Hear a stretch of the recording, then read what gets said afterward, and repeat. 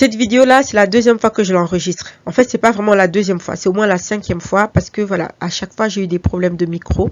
Parce que le micro précédent que j'ai utilisé pour enregistrer le format précédent, en fait, c'est un micro que mon mari m'a offert. Il m'a gentiment offert ce micro, mais malheureusement, je ne maîtrise pas encore le fonctionnement du micro.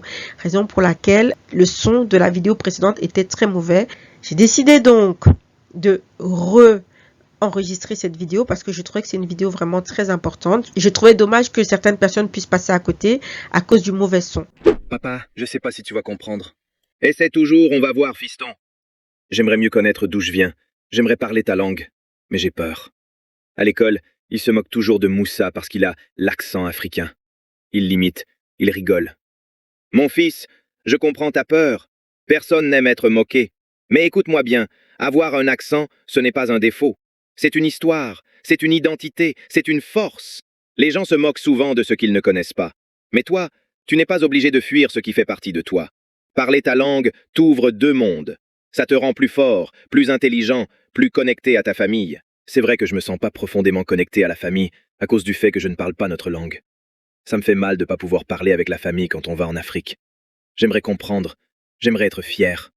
Mais j'ai peur de ne pas être accepté par mes amis si j'attrape aussi l'accent africain. Parler ta langue ne va pas t'enfermer. Au contraire, ça t'ouvre 2 mondes au lieu d'un. Ta maman et moi, nous aimerions tellement vous enseigner votre langue maternelle, votre culture kamite. Mais malheureusement, avec nos emplois du temps serrés, c'est vraiment compliqué. Je ne sais vraiment pas comment on doit s'y prendre. Est-ce que cette petite animation vous dit quelque chose? Est-ce que vous avez l'impression que vos enfants ou des enfants autour de vous passent par cette étape, l'étape d'avoir honte de ce qu'ils sont?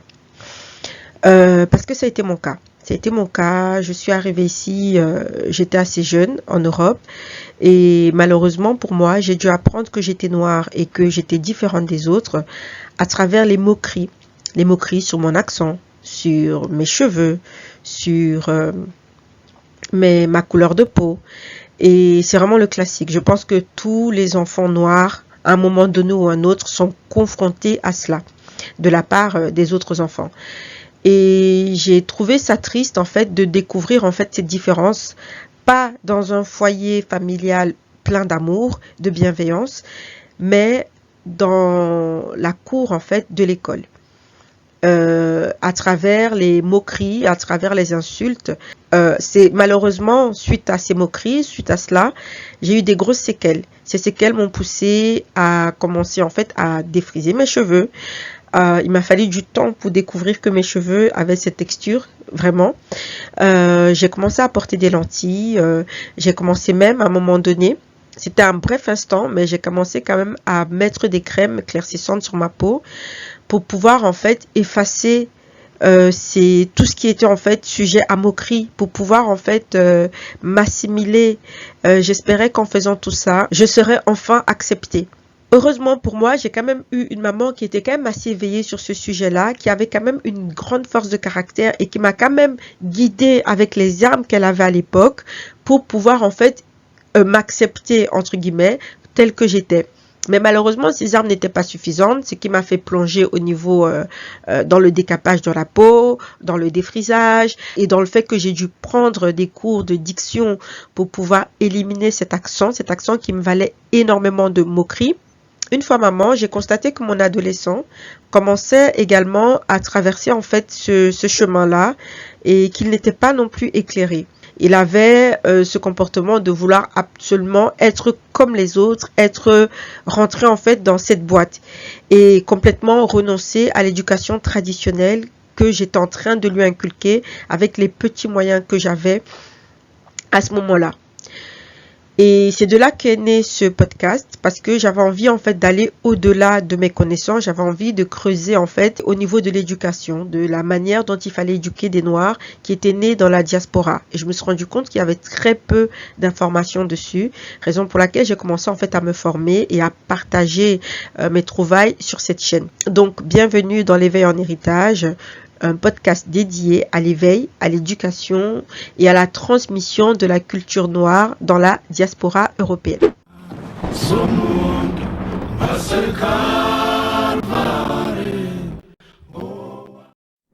Le sujet d'aujourd'hui va être comment garder nos enfants connectés à leur culture traditionnelle. Comme je l'ai dit précédemment, c'est quelque chose que j'ai vécu parce que voilà, je ne me sentais pas du tout connectée à la culture traditionnelle, je ne la valorisais pas parce que quand j'ai grandi en Afrique, on n'éduque pas nos enfants en se disant un jour ils iront en Europe, ils seront confrontés à un tel problème et donc par conséquent, mieux vaut leur donner les armes actuellement pour qu'ils puissent se défendre à ce moment-là. On n'a pas du tout cette conscience de ce qui existe. Beaucoup de parents arrivent quand même assez jeunes dans la diaspora et ils continuent à éduquer leurs enfants sans toutefois se rendre compte que ces enfants-là maintenant ne sont pas comme les enfants en Afrique qu'on éduque d'une manière traditionnelle normale. Il faut également intégrer qu'en face de nous, il y a un système organisé. Ce système organisé-là ne prend pas en compte et n'éduque pas nos enfants sur ce qu'ils sont. Ce qui fait que nos enfants, ils apprennent ce qu'ils sont à travers les insultes et les moqueries des autres. Ils avancent sur un chantier qui n'est pas du tout éclairé. Et donc, ce qui fait qu'ils font énormément d'erreurs. Et de ces erreurs-là, naît énormément de traumatisme. Donc, dans cette vidéo, nous allons aborder comment transmettre à nos enfants leur dignité, leur spiritualité et leur tradition africaine, sans toutefois les surcharger, parce que bien sûr, à côté de cela, ils vont à l'école, à côté de cela, ils ont une vie sociale.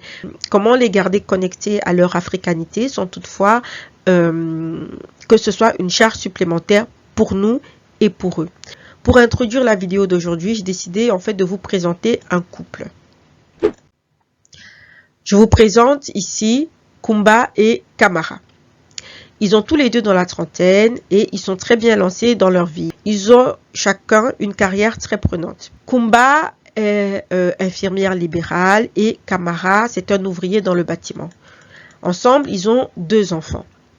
Et comme beaucoup de couples de la diaspora, ils ont quitté l'Afrique il y a environ une quinzaine d'années pour construire un avenir meilleur en Europe. Aujourd'hui, ils vivent en France et ils travaillent dur. Tous les jours, Kumba et Kamara sont forcés de constater que leurs enfants grandissent, mais ils grandissent différemment d'eux. Chaque jour, ils observent en fait des petits décalages au niveau de la langue, au niveau de la diction, au niveau des références culturelles et même dans leur manière de penser. Et plus le temps passe, et plus ils ont l'impression que leurs enfants deviennent des Européens avant tout. En tant que parents, ils n'ont pas vraiment la main mise sur cette transformation. Le rythme, le travail et le système européen semblent absorber leurs enfants plus vite que ne peuvent transmettre leur culture traditionnelle. Voici la routine quotidienne de Kumba et Kamara. Donc, comme je l'ai dit, Kamara, en fait, il est ouvrier dans le bâtiment. En général, à partir de 6 heures, il quitte la maison. Et il termine ses journées entre 15h30 et 16h. Pendant qu'il est au travail, Kumba, elle se réveille vers 7 heures, puis elle va réveiller les enfants.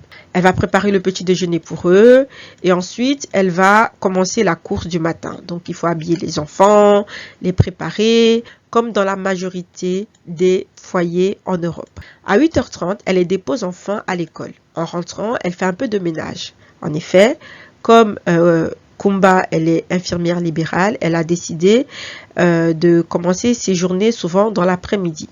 Donc, quand elle rentre à la maison, elle a le temps de faire un peu le ménage et de cuisiner le repas du soir pour que Kamara, quand il rentre à la maison avec les enfants, il n'aura plus qu'à réchauffer les aliments et passer à table avec les enfants.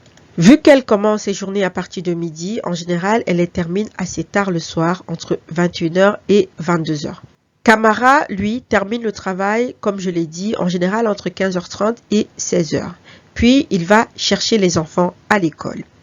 Ensuite, il rentre à la maison, directement, il s'attelle à faire les devoirs avec eux. Ensuite, il faut les doucher, prendre le repas du soir et finalement, vers 19h30, 20h, il va les mettre au lit. Épuisé, il s'endormira vers 22h devant la télévision. Quant à Kumba, elle rentrera ce soir-là à 21h30. Elle trouvera son mari assoupi sur le canapé, ira vite prendre sa douche, passera faire un petit bisou aux enfants avant également de s'endormir vers 22h30. Et le lendemain, tout recommence. Au cœur de tout cela, une question revient sans cesse dans l'esprit des parents. Comment garder nos enfants connectés à leur culture? Où trouver le temps de leur transmettre leurs racines, leur héritage? Est-ce que vous avez l'impression que cette routine est similaire à la vôtre? Donc, nous allons explorer comment transmettre en fait les deux cultures aux enfants sans toutefois se laisser assimiler par le système dominant. Donc, tout commence en général par la prise de conscience. C'est important de prendre conscience de la vie qu'on mène et également de l'organisation. Il ne s'agit pas de tout changer du jour au lendemain, mais de sacraliser certains moments du quotidien pour en faire des temps d'éducation culturelle et spirituelle. Donc, si ce sujet vous intéresse, je vous invite d'ores et déjà à liker, à partager la vidéo et également à bien écouter cette présentation jusqu'à la fin et bien sûr de l'appliquer dans votre vie familiale. Cette diapositive devrait vous dire quelque chose parce que je l'ai déjà utilisée dans une de mes anciennes vidéos. Donc, dans cette diapositive, il s'agit de parler des 3 piliers fondamentaux de l'identité. Donc, je parle d'abord de l'identité communautaire, donc héréditaire, c'est-à-dire que c'est quelque chose c'est une identité qui va être transmise à l'enfant via nos gènes et via l'environnement dans lequel nous allons faire évoluer l'enfant. Donc, c'est vraiment l'identité, on va dire, traditionnelle. Donc, ensuite, nous avons l'identité sociétale pour les enfants qui vivent dans la diaspora. Donc, l'identité sociétale, même en Afrique, c'est vraiment l'identité que la société va inculquer à l'individu. Donc, c'est vraiment l'identité qui va suivre, en fait, les structures sociétales. Et ensuite, nous avons l'identité intérieure. L'identité intérieure, c'est un peu le résumé des 2 identités précédentes. C'est ce que l'enfant va choisir d'intégrer ou de rejeter de l'une et l'autre identité. Par exemple, dans mon cas, voilà, mon identité héréditaire, à un moment donné, comme je l'ai dit dans l'introduction, j'ai voulu la rejeter en me défrisant les cheveux, en mettant des lentilles claires, etc., etc. Je n'acceptais pas mon identité héréditaire, l'hérédité que les parents m'ont donnée. Malheureusement, quand on voit toutes ces identités, on se rend compte que la majorité de nos enfants décident en fait d'éliminer l'identité héréditaire communautaire pour choisir la sociétale. Or, pour pouvoir grandir en équilibre en général et se former en tant que personne, il est important d'avoir en fait un équilibre entre ces 2 identités. Il est important que l'une ne prend pas le pas sur l'autre.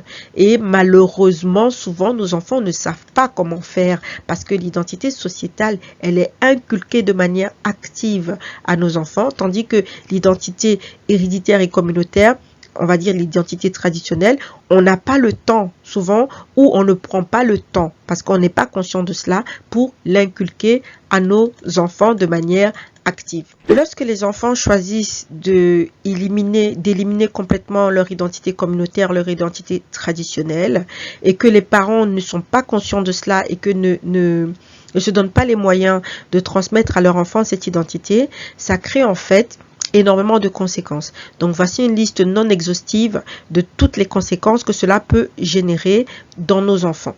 Donc déjà, ils peuvent avoir une identité fragile ou confuse. Donc souvent, les enfants, quand on ne leur apprend pas à la maison vraiment qu'ils sont dès la base, quand ils n'ont pas de racines culturelles solides, en fait, les enfants peuvent développer vraiment une identité très instable. Une autre conséquence, ça va être en fait le manque d'estime de soi. Une fois que les enfants ne reçoivent pas leur identité traditionnelle en fait et spirituelle, ils n'ont pas en fait ils n'ont pas le matériel sur quoi s'accrocher pour se défendre face aux attaques des enfants, par exemple à la cour de récré, dans les médias, quand on va parler de l'Afrique, c'est pour dire qu'on est pauvre. Quand on va montrer les accents africains, c'est pour s'en moquer. Quand on va montrer les cheveux africains, c'est pour les insulter. En gros, en face de cela, comme les parents ne le font pas toujours de manière vraiment avec un plan, parce que je trouve que souvent ce qui manque à nos aînés, c'est vraiment les plans derrière notre éducation. Comme il n'y a pas de plan derrière, l'autre côté, il y a un plan au niveau de l'éducation sociétale. Donc ce qui va se faire, c'est qu'il va avoir un manque d'estime de lui, parce que il n'y a rien vraiment de concret, de tangible qu'il a reçu de ses parents. Même si parfois ça va être un mot. Par exemple, ma mère, vraiment, elle me disait, il faut pas avoir peur, il faut pas avoir honte, il faut pas machin truc et tout. Mais à côté de cela, Je me défrisais les cheveux. Elle m'aidait à me défriser les cheveux. Elle essayait de faire de son mieux, mais malgré ça, voilà, je me défrisais les cheveux. Quand j'ai commencé à mettre les crèmes clairsissantes, c'était pas vu comme quelque chose de, ouais, le fais surtout pas. Mais voilà, il n'y a pas eu la conversation de dire, mais pourquoi tu fais ça? Pourtant, c'était évident que je le faisais. Mais il n'y a pas eu la discussion autour de cela pour me poser la question, pourquoi tu le fais? T'es belle telle que tu es, ne le fais pas. Une autre conséquence en fait du fait justement de ne pas transmettre de manière active cette identité aux enfants ou de ne pas prendre le temps de les éduquer de manière traditionnelle, en fait il y a un sentiment de déracinement qui va être créé. Donc les enfants il y aurait une perte d'ancrage culturel. Donc, ils vont grandir avec l'impression de vide culturel et de décalage.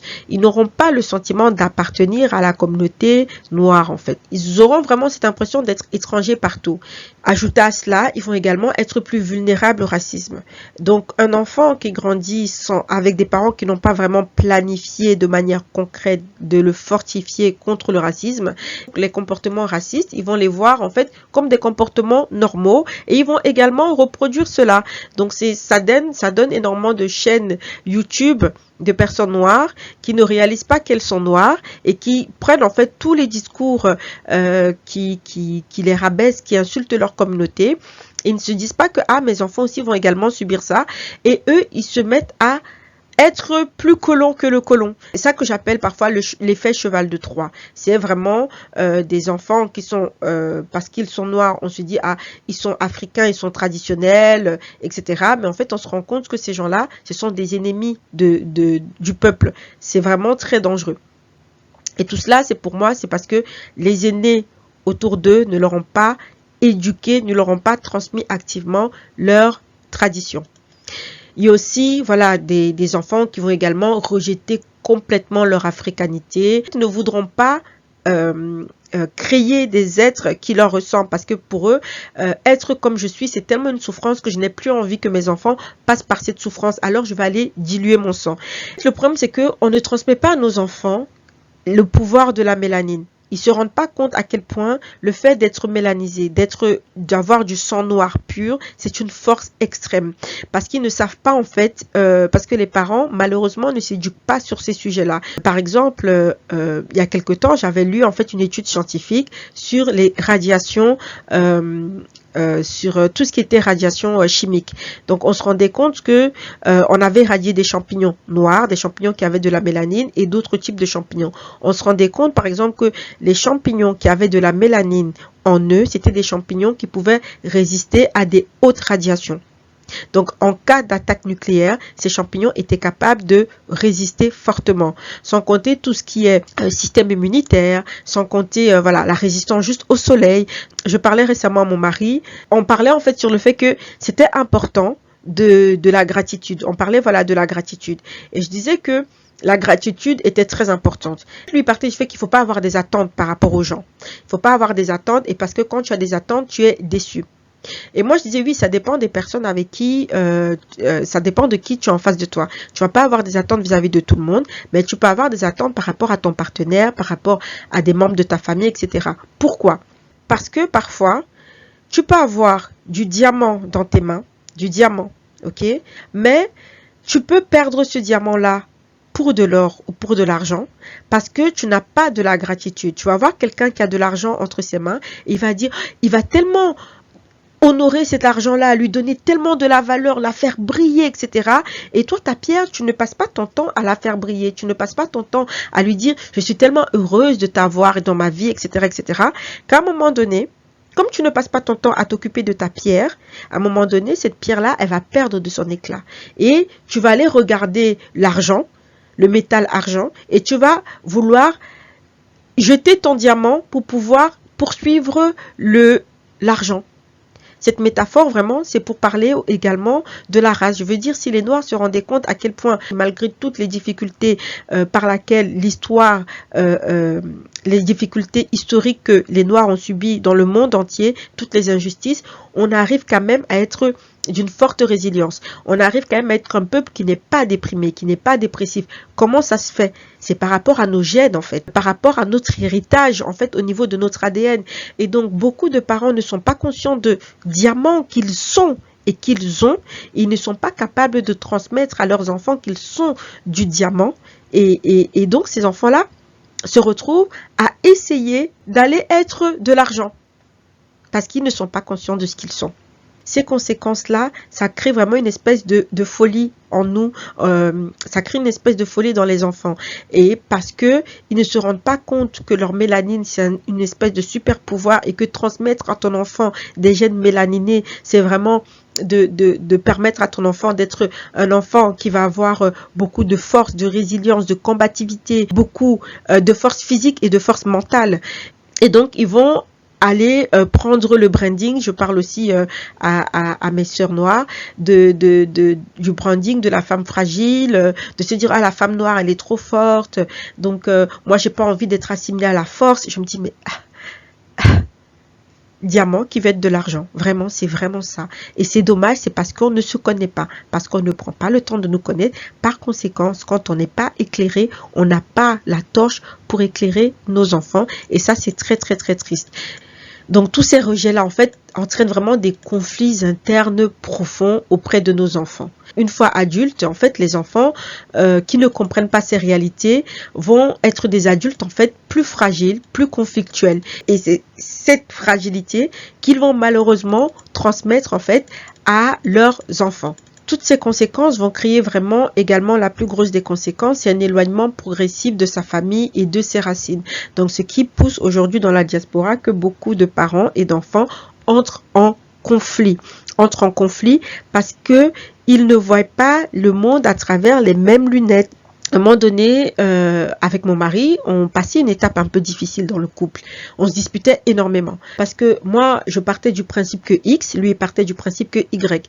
Et une des choses qu'il m'a dit, bon, écoute, je vois qu'on s'éloigne, il faudrait qu'on se reconnecte à travers la spiritualité. Donc là, il m'a dit, j'ai envie que ma spiritualité, quand je la prends, tu dois apprendre les mêmes cours. Tu dois prendre les mêmes cours de la spiritualité. Donc, et de là, on est reparti sur les mêmes bases. Il m'a dit, bon, j'ai besoin que tu écoutes ça, que tu suives ce cours. Il m'a acheté des livres également sur certaines choses. Il m'a dit, pourquoi? Parce que il voulait qu'on ait vraiment cette base commune. Le fait de lire les mêmes choses, de regarder les mêmes choses, d'entendre la même chose, ça nous permet en fait de, quand on parle, on peut avoir des avis divergents, mais on a quand même un socle commun. Donc en fait, ça nous permet vraiment de résoudre des conflits de manière tellement plus efficace parce que on part du même principe. Si en Europe, la solidarité, c'est pas vraiment quelque chose de très prôné à l'école, etc. À l'école, il faut pas tricher, il faut pas s'entraider, tu dois vraiment être individualiste. Et j'ai remarqué que mon adolescent, par exemple, il était vraiment très, très, très individualiste. Il fallait être le meilleur. L'esprit d'équipe, c'est quelque chose pour moi qui est très compliqué à vraiment mettre en place pour lui. Et donc, alors que dans notre culture traditionnelle, c'est tout à fait normal d'aller aider la famille en deuil, voilà, de prendre le temps pour aller aider, etc., etc. Donc, si lui et moi, lui part du principe que à l'école il faut être le meilleur, c'est celui qui est le meilleur, machin truc, c'est ce que l'école a toujours prôné, et que moi je pars du principe que non, le fait d'aller, c'est mieux d'évoluer en tant que famille et de ne pas juste être celui qui est le meilleur devant tout le monde. Il ne pourra jamais comprendre si je lui dis aide ton frère. Il ne pourra pas comprendre parce que ses valeurs et les miennes sont complètement différentes. Si je lui dis par exemple, oui, va aider ton cousin, toi t'es fort en maths, ton cousin, voilà, j'ai remarqué qu'en maths il n'est pas très fort. Pour lui, il va se dire, ben tant mieux, je suis le plus fort de la famille en maths. Tu vois, il ne se dira pas, j'ai besoin que mon clan évolue en mathématiques. Vous voyez? Donc c'est ça qui crée que nos enfants sont différents de nous et qu'on se dit, ben, c'est l'Europe, les enfants d'Europe sont impolis, les enfants... C'est parce que nous, on ne conscientise pas. Tu ramènes ton enfant en Europe, tu ne conscientises pas qu'il va vivre avec un système bien rodé en face de lui, qui va lui donner ses valeurs à lui, et que toi, à côté de cela, tu passes ton temps à faire métro, boulot, dodo, et que tu ne t'occupes pas de lui donner ces traditions-là. l'enfant va grandir différemment de toi et tu vas lui dire il est impoli, il est ci, il est ci, il est ci, il est ci. Conscientisons que le monde dans lequel on vit, c'est nous qui le créons. Tu crées ton monde. Donc les enfants qu'on a, c'est des enfants qu'on mérite. Je veux dire, les conflits que j'ai eus avec mon fils adolescent, c'est des conflits que j'ai créés de par mon manque d'implication réelle dans son éducation. Après les conséquences, on va parler vraiment des difficultés principales que les parents ont. Qu'est-ce qui empêche les parents d'enseigner cette culture à leurs enfants? Il y a d'abord le manque de temps et le manque d'énergie. Donc après des journées qui se terminent à 15h, 16h ou 22h, c'est très difficile vraiment de prendre le temps. Tu n'as vraiment pas le temps de commencer à te dire, ben maintenant, je vais prendre le temps de faire une autre journée pour éduquer. Là, tu résous les besoins de base de ton enfant. Être propre, manger, dormir. C'est ça que tu fais. Tu es vraiment dans le bas de la pyramide. C'est ce que la plupart des parents font. Ils ne vont pas au-dessus de la pyramide pour les besoins d'épanouissement, les besoins un peu plus spirituels. Ils vont plus nourrir les besoins de base, ce qui fait que les enfants n'atteignent jamais réellement le haut de la pyramide au niveau intellectuel. Le manque de ressources accessibles, en fait, voilà. En fait, le problème, c'est que tu vis en Europe, donc forcément, c'est la culture européenne qui va dominer au quotidien, à l'école, à la crèche, à la télé, etc.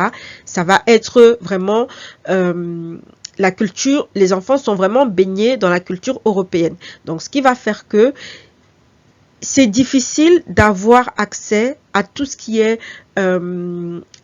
culture africaine. Donc voici en fait voilà les difficultés principales. Je vais passer directement au tableau suivant. Là on aura les difficultés et en face d'elles les solutions. Voici la liste en fait non exhaustive de toutes les difficultés, mais il faut aussi comprendre que il y a une autre réalité dans beaucoup de familles africaines, c'est que nos parents n'ont pas été éduqués dans un système qui valorise par exemple la lecture, l'analyse ou la compréhension des sociétés modernes. Ce n'est pas valorisé chez nous. Donc en général, les parents, voire les grands-parents vont être souvent pas lettrés. Beaucoup de communautés très traditionnelles auront souvent des parents qui n'ont pas vraiment été à l'école dans le sens occidental et qui ne sont pas en fait formés à comprendre vraiment les mécanismes, le fonctionnement de la société occidentale, la société capitaliste en fait. Et donc, ils ne vont pas comprendre les enjeux, les pièges et surtout l'influence que cette société-là va avoir sur leurs enfants. Ces parents-là vont simplement se tourner naturellement vers l'école, vers l'éducation nationale, parce que ils ne comprennent pas en fait les enjeux. Mais ils vont, de notre côté, ils vont en vouloir à leur enfant de s'assimiler à cette culture-là. Ils vont s'étonner. Tout simplement parce qu'ils n'ont pas conscience de comment fonctionne la société à l'occidental. Pour eux, ça sera juste envoyer l'enfant à l'école, ça sera juste la seule référence visible, la seule institution qui semble offrir en fait un avenir qui sera stable pour leur enfant. Et donc pour eux, si l'enfant va à l'école, il aura une vie meilleure. Et ils ne peuvent pas s'imaginer que l'école, le système à l'occidental, il a bien sûr ses qualités, il a bien sûr des choses positives à amener à l'enfant, mais il y aura quand même cette conséquence qui va faire que l'enfant qui est plus éduqué par ce système-là va se déconnecter de ses parents parce que la culture de cet enfant-là n'est pas valorisée dans le système à l'occidental. Les parents comme ça vont seulement se fier à l'école et donc ils vont être étonnés que du jour au lendemain, l'école va parler de la sexualité, de l'homosexualité, de la transsexualité. L'enfant qui va arriver avec ces références-là à la maison va être complètement incompris parce que les parents, eux, de leur côté, ne se mettent pas à jour. Ils ne se mettent pas à jour sur ce que leur enfant apprend réellement, de la réalité en fait de la société à l'occidental. Même si c'est très difficile, c'est très compliqué, en fait, il n'est pas trop tard, il n'est jamais trop tard. Tant qu'on est vivant, comme dit, tant qu'il y a la vie, on dit toujours il y a espoir. Tant qu'il y a la vie, il y a espoir. Donc, même si aujourd'hui vous avez l'impression que vous perdez pied, pour moi, les parents, ils peuvent de plus en plus, je veux dire, abonnez-vous à cette chaîne parce que moi, j'essaie de faire des recherches parce que ces difficultés-là, je passe par ces difficultés-là et moi, j'ai réellement envie de m'en sortir, également de partager mes plans avec les parents qui veulent également s'en sortir pour pouvoir vraiment tirer leurs enfants vers l'apprentissage de leur culture. comme solution, je propose en fait d'intégrer, par exemple, au moment du petit déjeuner le matin, déjà peut-être se lever peut-être 15 minutes plus tôt. Dans ces 15 minutes plus tôt, on peut intégrer par exemple 10 minutes. Dans les 10 minutes, par exemple, les enfants sont en train de prendre le petit déjeuner. On peut par exemple intégrer une petite routine, une petite chanson ou une petite prière traditionnelle. Donc quand vous commencez avant le repas, vous pouvez dire, allez, pendant 3-4 minutes, on va faire une petite prière dans notre langue. Donc vous apprenez ces mots-là à l'enfant pour qu'il puisse être capable de prier dans la langue. On peut également le soir, quand le mari quand le mari va mettre les enfants au lit, il peut également lire une histoire aussi. J'ai un peu ça c'est le type de livre que je lis. Attends, c'est par ici, à mes enfants. Donc voilà. Donc c'est le cycle de la vie selon les Kamites. Donc de Dédé Koïta. Donc pour ceux qui veulent. Le petit, il a également voilà ce petit livre là avec les. Voilà. Voilà. En gros, c'est un peu ce genre.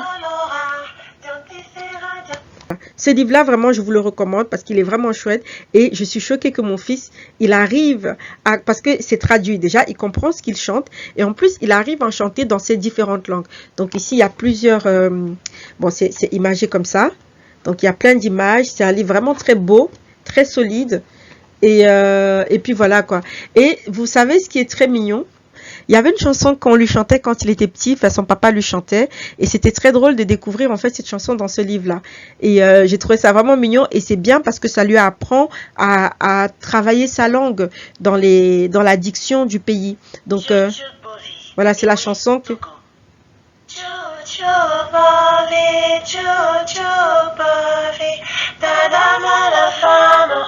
Voilà. Quand vous n'avez pas le temps, vous achetez ce genre de livres à vos enfants. C'est des investissements vraiment pour la culture, pour l'avenir des enfants. Donc là, également, ça c'est un livre, je pense, c'est mon mari qui a acheté ça récemment pour le petit. Donc je pense que c'est de Zéla Panther. Voilà, Zéla Panther. Et donc, voilà, il les a commandés récemment. Donc c'est lui qui les lit avec lui. Donc vraiment, il prend le temps pour lui enseigner. Il y en a, voilà, le 2e tome.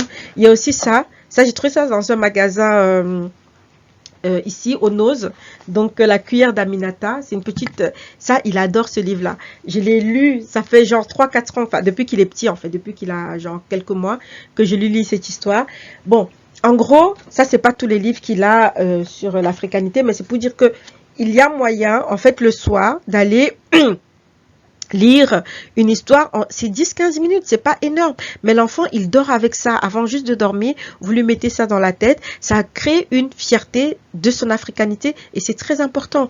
Il y a également voilà, ça réduit également le temps et aussi les ressources parce que de plus en plus de personnes aujourd'hui sur YouTube, etc., créer justement des histoires, des petits dessins animés, des petits shorts sur les enfants. En fait, vous pouvez tout simplement créer une bibliothèque familiale, la bibliothèque physique avec des livres et une bibliothèque virtuelle avec l'internet. Sur YouTube, comme ça, vous pouvez contrôler un jour, prenez vraiment 2-3 heures sélectionnez. Quand vos enfants, vous êtes fatigués, vos enfants veulent regarder un dessin animé, bien sûr avec modération, hein, les écrans.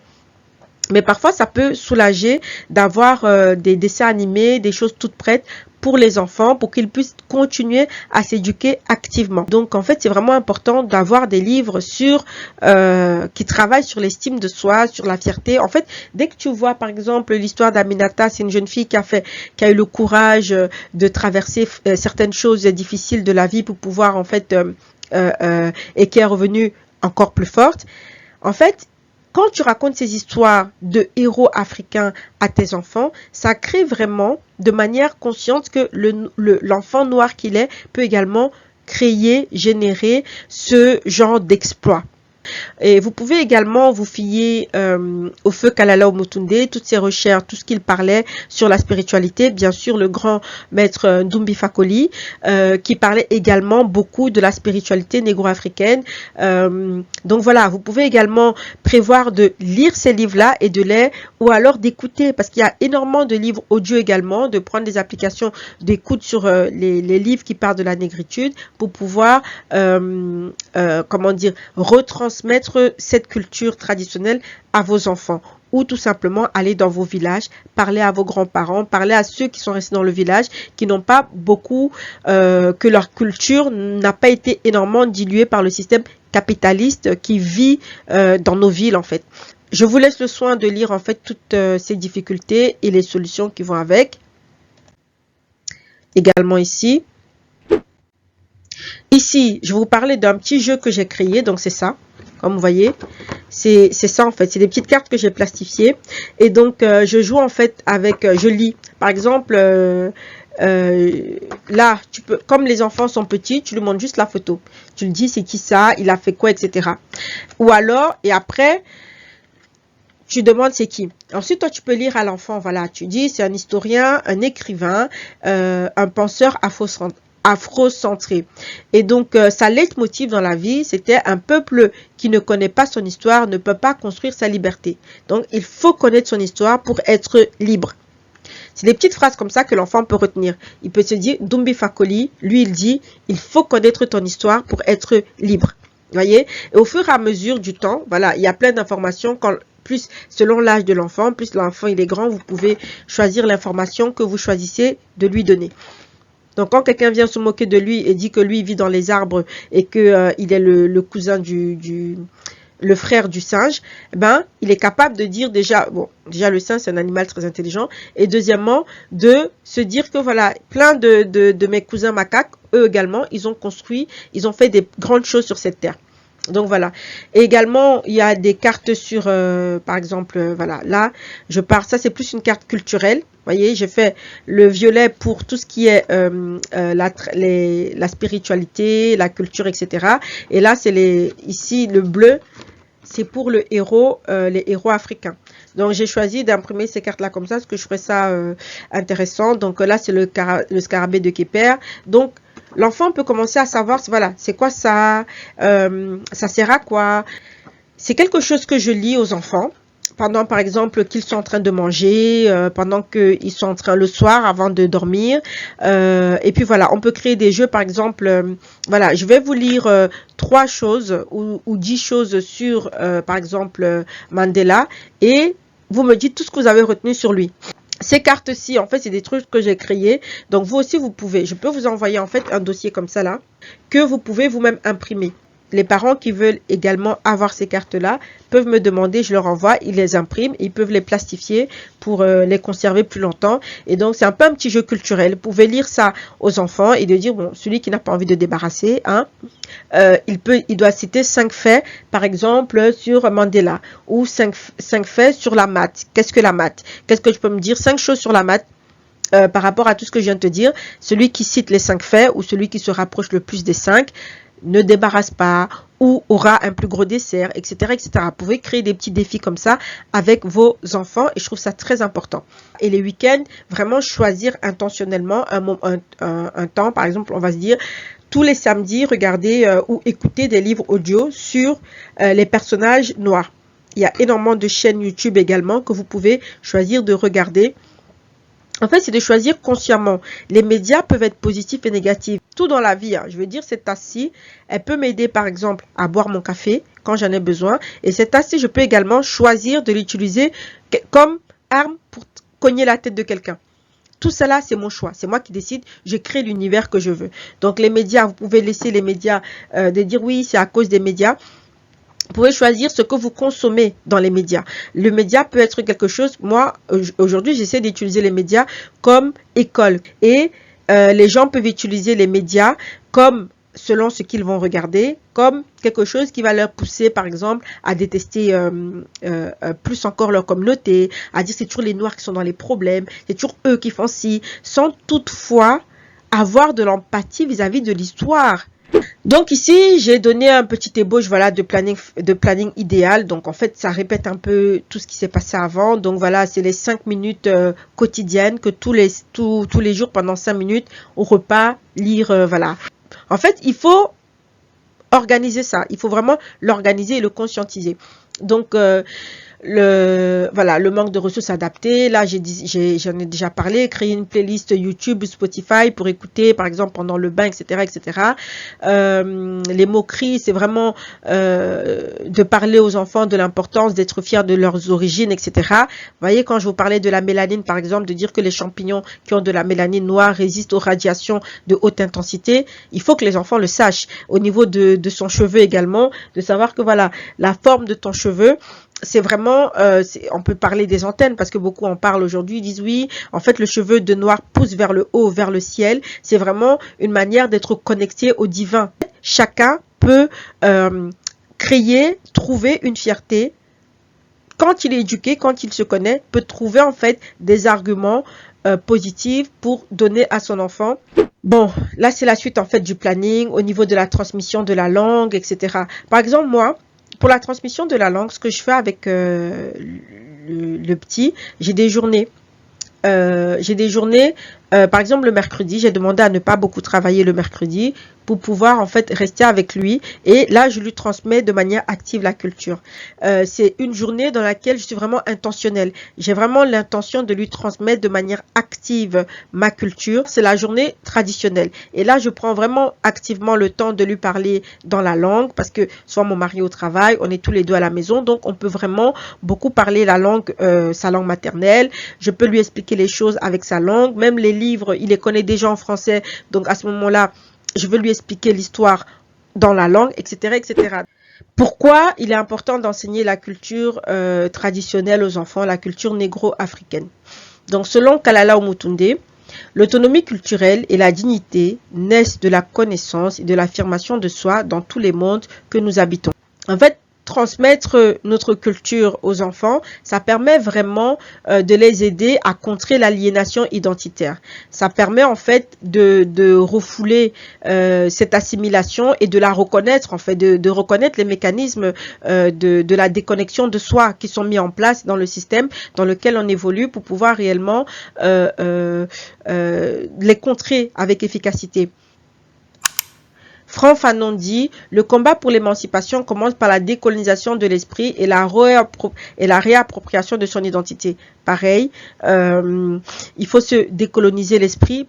On enseigne ça aux enfants pour les aider à se décoloniser l'esprit et à se réapproprier leur identité.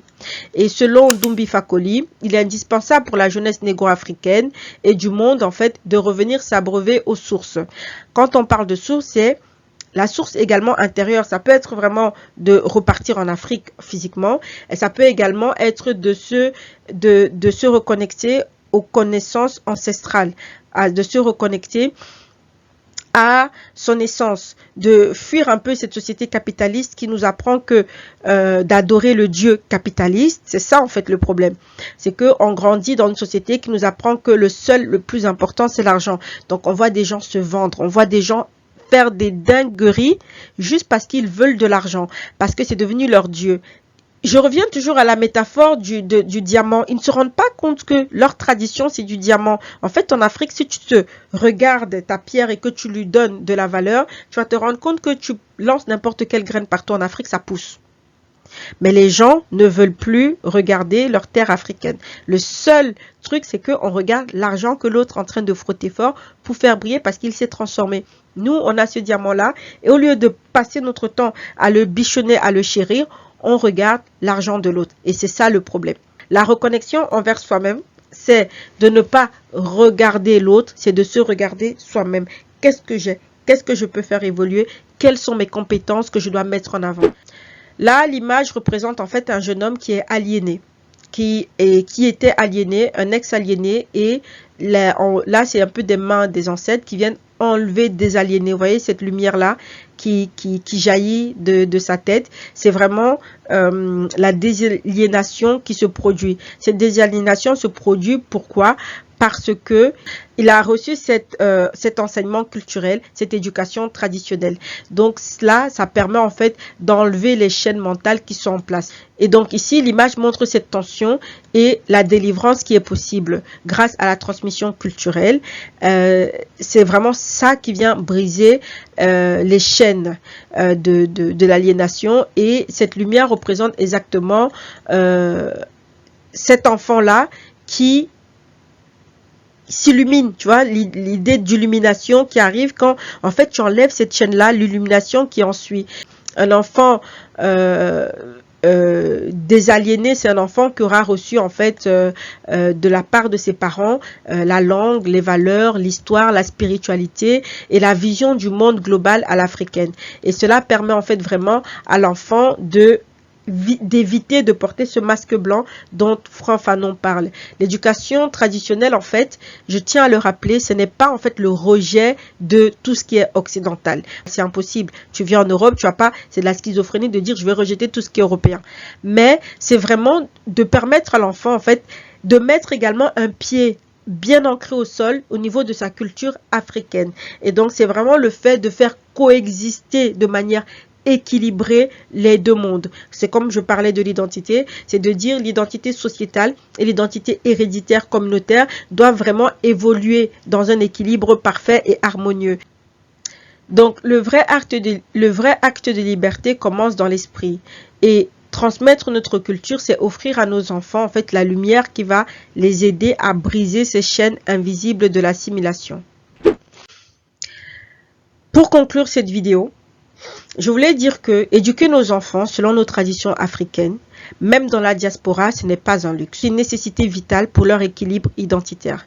Face à nous, il existe en fait un système d'éducation à l'européenne très puissante, structurée et omniprésente à travers les écoles, les crèches, les médias et même dans le monde du travail. Elle façonne nos enfants de manière invisible. Voilà pourquoi chaque parent, même débordé, même fatigué, peut agir. Chaque petit geste, chaque conte, chaque mot en langue maternelle, chaque explication sur notre histoire, chaque modèle positif partagé constitue une pierre dans la construction de l'Afrique de demain. Nos enfants sont des archives vivantes de notre mémoire et c'est à travers eux que notre futur se dessine. À tous les parents de la diaspora, sachez que un peuple qui connaît son histoire et fait l'effort de la transmettre, c'est un peuple qui est impossible à effacer. Merci beaucoup d'avoir écouté cette présentation. J'espère vraiment que le son sera meilleur et que j'ai réussi à transmettre en fait ce message important.